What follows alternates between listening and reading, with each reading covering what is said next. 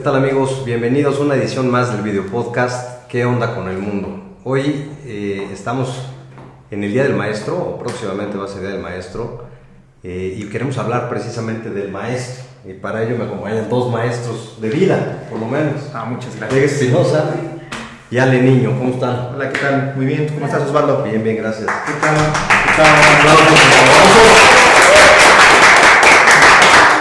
Oigan, pues queremos hablar hoy del Día del Maestro, de la importancia que tienen los maestros para todos, para nuestra vida en general. Miguel y yo fuimos compañeros desde niños en la escuela y tenemos muchas anécdotas, muchas historias que a lo mejor no sé si le vaya a dar pena a Miguel compartirlas. Pero la verdad es que nuestra etapa de escuela, en general, y creo que de todos, pues es una etapa que recordamos con mucho cariño, ¿no? Muchas veces por los amigos, muchas veces por los maestros, muchas veces por el ambiente que se generaba, pero es una etapa muy bonita, muy padre, ¿no? Principalmente, en mi caso personal, yo recuerdo con mucho más cariño la secundaria, pero más la prepa, ¿no? Creo que fue cuando las amistades se hacen más fuertes, donde se construyen amistades para toda la vida, ¿no? Pero en mucho de esto tienen que ver los maestros, porque es todo el contexto, ¿no? Entonces a mí me gustaría empezar preguntándote, mi querido Ale, ¿para ti qué es un maestro? En primera instancia, un maestro de escuela, ¿qué significa para ti? Y si nos puedes platicar algo de algún maestro que marcó tu vida. Pues tengo tres. Para mí lo mejor de la vida fue la primaria siempre, porque ahí en la primaria tuve a mis mejores amigos. De hecho, todavía a mis 24 añitos conservo a mis amiguitos de la primaria, unos que fueron conmigo a la primaria y que los conocí en el kinder. Y mis profesores de la primaria fueron solo tres, porque yo iba a una escuela vespertina y como éramos muy pocos alumnos, juntaban primero y segundo, tercero y cuarto, quinto y sexto grado. Entonces, en primero y segundo fue la maestra Hortensia, después la maestra Amalia y al último el maestro Irving, que era un profesor muy joven, pero a pesar de ello era de los que te daba tus coscorrones cuando hacías las cosas mal. Entonces ellos fueron los que me marcaron y los que me impulsaron siempre a querer hacer las cosas. De hecho, creo que aprendí más en la primaria que en el resto de mi vida académica, porque con ellos de verdad descubrí muchas cosas y lo que significan para mí los maestros es lo que ellos son, porque ellos te impulsaban a buscar realmente las cosas. Tú decías, profesor, tengo una duda sobre esto. Bueno, y te lo explicaban de tal manera que te interesaba más y tú solito ibas y leías los libros, ¿no? Decían de una compañera que se llama Mónica, es que tú te comes los libros, porque de verdad la niña leía, pero tremendamente, era su hobby, de verdad. Y todos nosotros salimos muy bien formados, varios de mis compañeros somos profesionistas gracias a ellos, porque los recordamos y decimos, ellos fueron entrañables.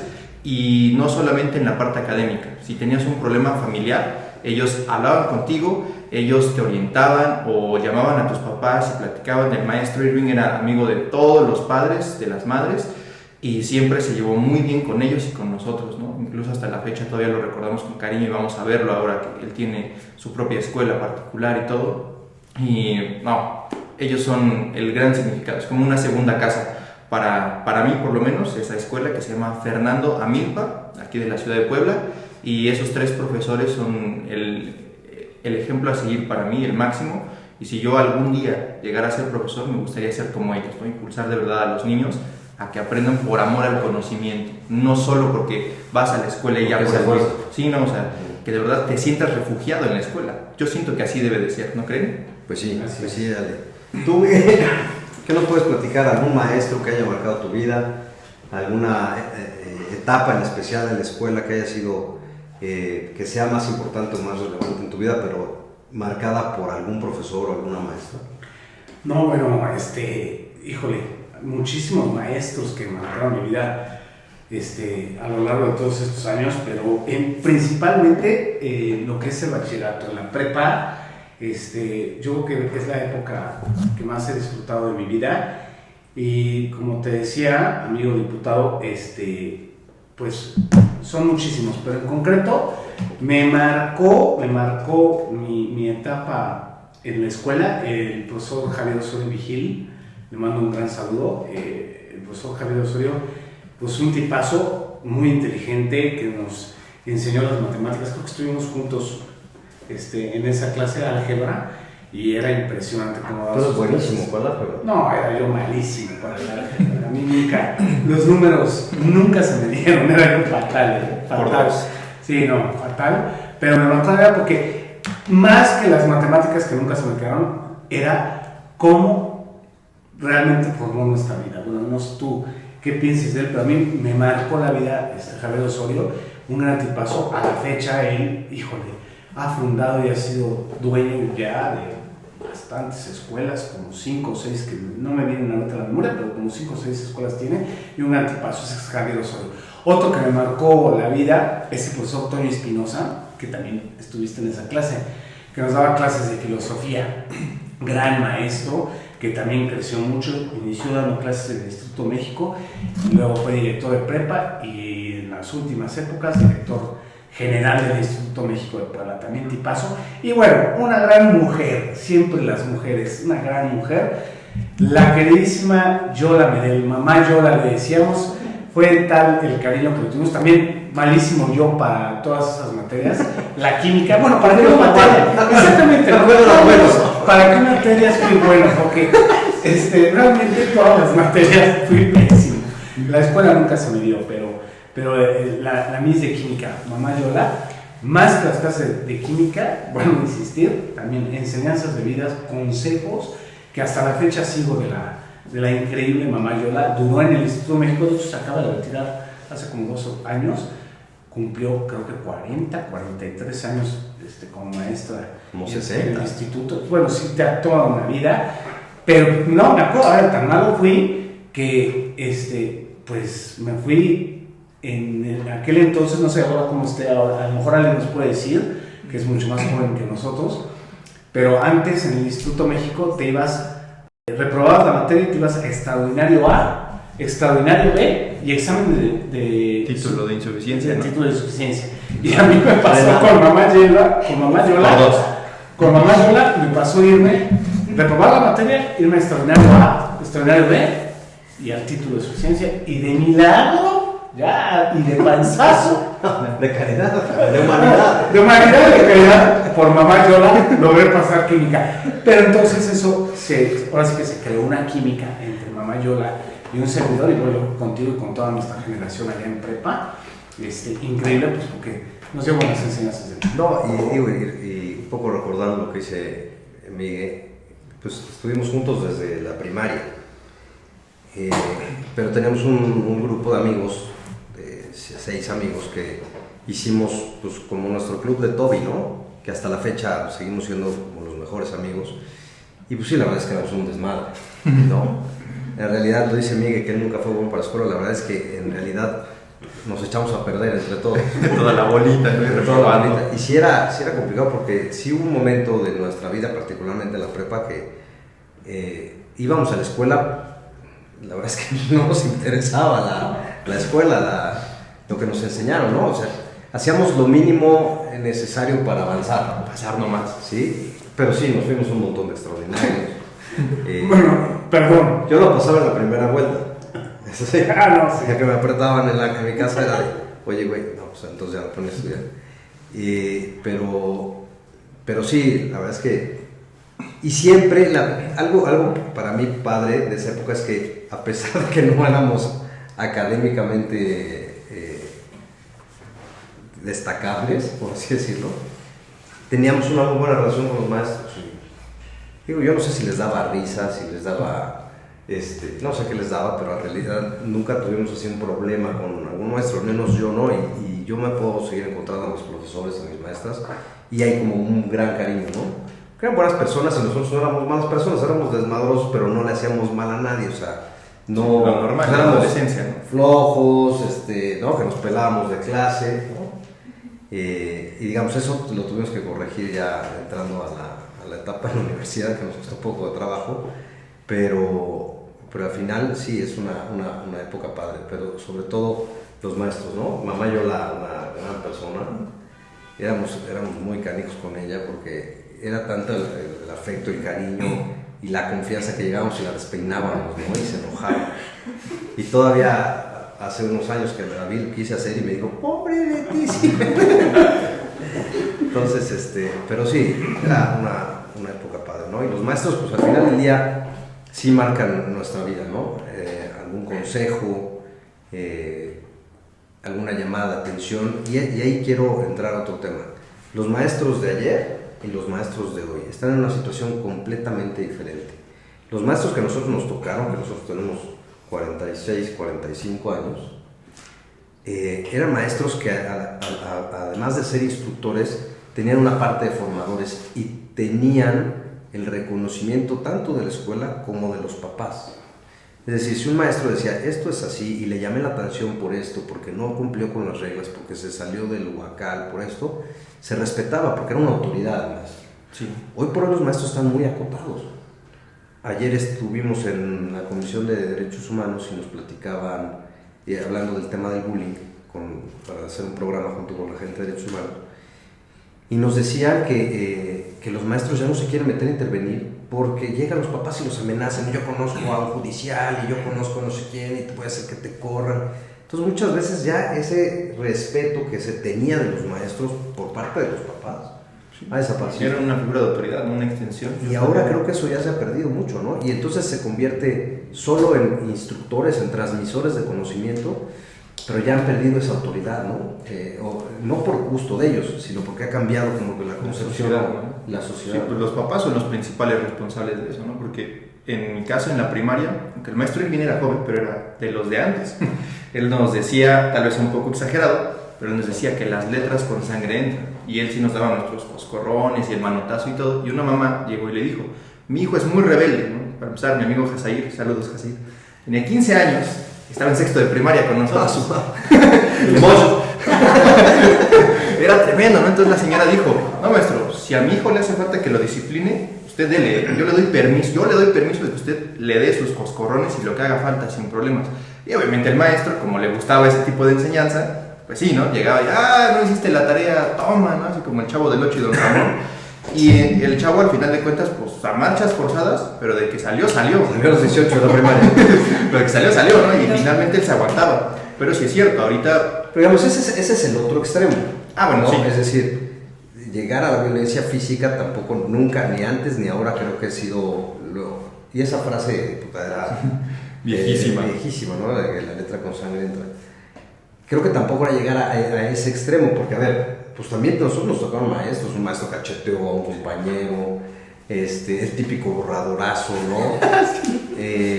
Había otros maestros en esa época, pero en otras escuelas, en el Benavente había uno que les pegaba con una tabla a los chavos, ¿no? Que le llamaban la Gertrudis a la tabla. Sí, la Gertrudis. Y era como una tabla de estas como para picar, ¿no? Para sacarlo y órale. Entonces, eso hoy por hoy pues hace alguna cosa un maestro y se va al bote, ¿no? Pero ese es el otro extremo. Pero a lo que me refería yo era el tema de autoridad, de que si había una llamada de atención, un castigo, un te quedas a la salida o un tal, se respetaba, ¿no? Sí. Y hoy ya no. Hoy ya no. Te graban y te queman en Facebook. Más de eso, claro. Sí, no, a ver, yo creo que ya el respeto por la autoridad en estos tiempos se ha perdido totalmente. A ver, nunca se me va a olvidar y me acuerdo cómo mandaban a llamar a nuestros papás, ¿no? Y hacían ahí fila en la dirección con el profesor Paco Rosillo, también un gran maestro, le mando muchos saludos a buen Paco Rosillo, que fue nuestro director también en la secundaria, que también una época difícil, ¿no? De adolescencia, pero ahí nos cuadrábamos y mandaban a llamar a nuestros papás y era una reunión de varias horas con nuestros papás y curiosamente de los 5 amigos, ¿no? De los que ahora conservamos esa amistad desde hace muchísimos años. Aprovecho para mandar saludos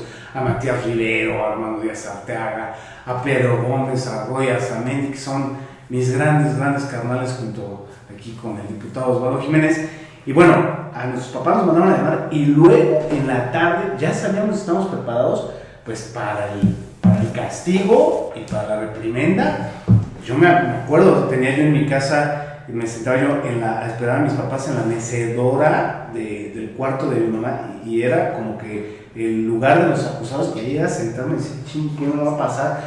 Pero había autoridad, había respeto y sí, realmente, pues acataba las órdenes. Ahora yo siento en lo personal, híjole, en las escuelas creo que ya ese tipo de cosas pues no nos hacen porque no se vayan a aprender Los los niños, jóvenes, los los niños, de los papás. niños, los papás hacen también los ofendidos y lo que te decía, ¿no?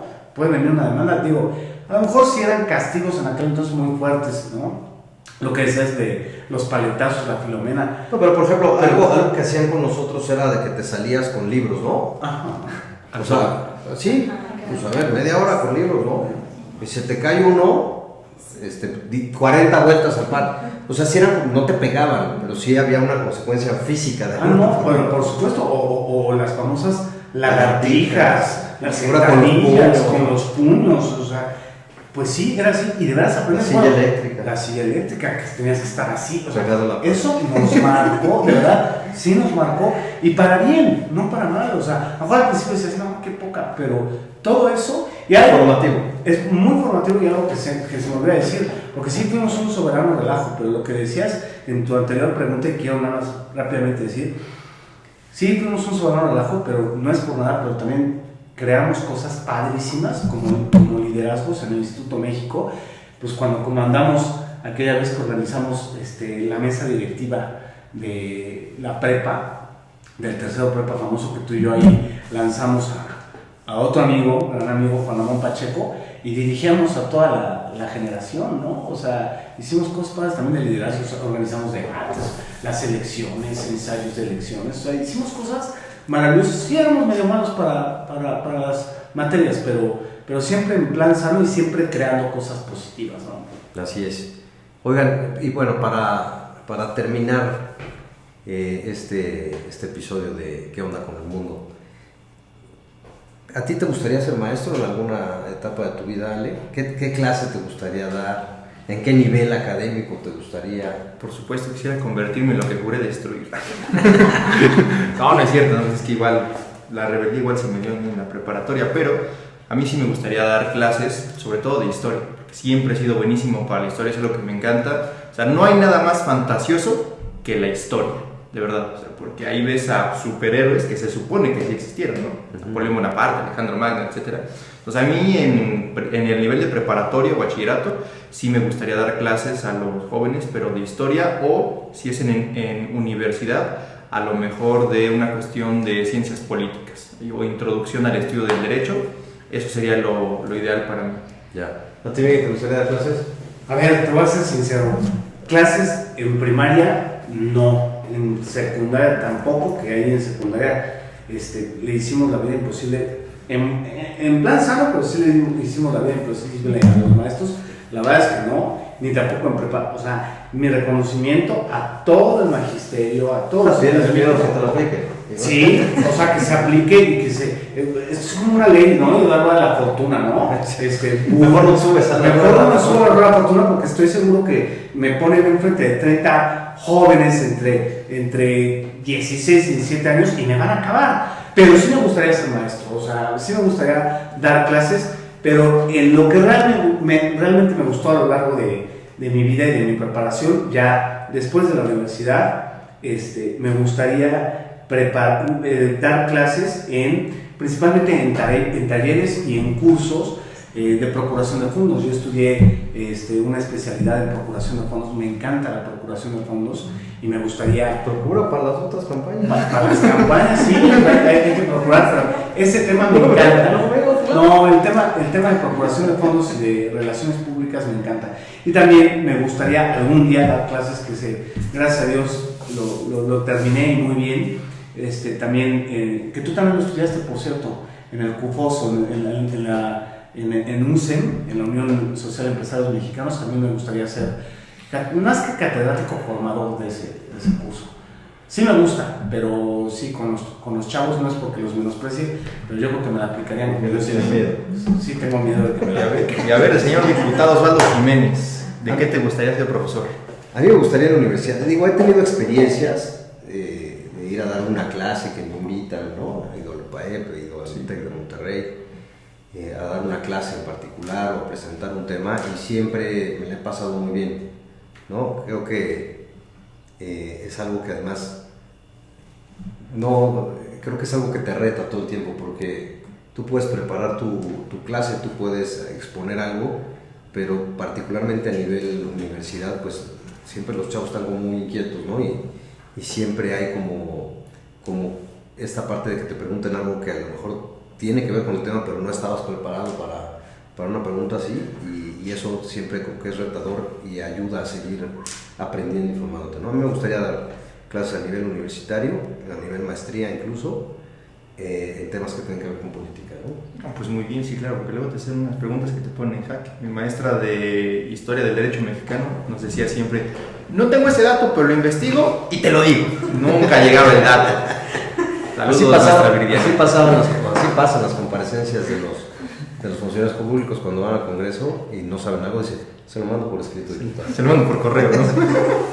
Pero bueno, ¿algún mensaje final para los maestros que nos ven, mi querido Ale? O bueno, vamos a empezar conmigo y cerramos contigo. Va. No, bueno, pues felicitar a todos los maestros en este mes de mayo, felicitarlos por el Día del Maestro, que es el 15 de mayo, que ya pasó, no sé cuándo voy a pasar el programa, pero muchas felicidades en su día, y la verdad yo creo que son unos seres humanos impresionantes, todo el magisterio, los académicos, los profesores y los maestros, porque son los que nos formaron y los que están formando actualmente y van a formar a los futuros políticos, a los futuros economistas, a los futuros doctores, y son los que realmente gracias a ellos funciona este país, ¿no? Y de verdad muchas felicidades. Gracias, Miguel. ¿Tú? Pues igual, en lo personal, le agradezco a todos mis profesores desde el kinder hasta la universidad, en especial también a los de secundaria, la maestra Karina, el profesor Lerín, la profesora Alma, Maribel, etcétera, porque finalmente ustedes son los pilares del mañana, ¿no? Porque nosotros dejamos en ustedes nuestros sueños, lo que queremos ser cuando somos grandes, y ustedes son los que construyen ese futuro del que tanto se nos habla a todos los jóvenes. Siempre nos dicen, son el futuro de México, pero todo empieza en el presente, cuando ustedes nos comienzan a formar. Entonces yo les agradezco muchísimo todas las enseñanzas de vida, las enseñanzas académicas y los regaños, porque cuando ya eres más grande ya comprendes por qué te lo decían. Ustedes ya saben de qué se trata la vida, ya tuvieron 13, 14, 20 años, algunos hasta más edad. Había un profesor que le dio clases a mi mamá cuando iba a la secundaria, luego a mí en la secundaria, y sigue el maestro Emilio. Entonces les agradezco mucho eso, porque sin ustedes nosotros no seríamos lo que somos hoy en día. Gracias, de verdad. Y bueno, finalmente, igualmente felicidades a todas las maestras y los maestros de México en su día. Un gran reconocimiento, porque nosotros que vivimos en una ciudad, en una zona urbana, pues creemos que todos los maestros, muchas veces podemos pensar que todos los maestros viven cerca de su trabajo, que van, trabajan, se regresan a su casa, califican, preparan su clase y van al otro día. Sin embargo, la realidad del magisterio, no solo en Puebla, sino en México, es una realidad bien complicada, ¿no? Y muchas veces se hace una crítica al magisterio, sobre todo por estos movimientos sindicales que luego los usan como fuerza política, ¿no?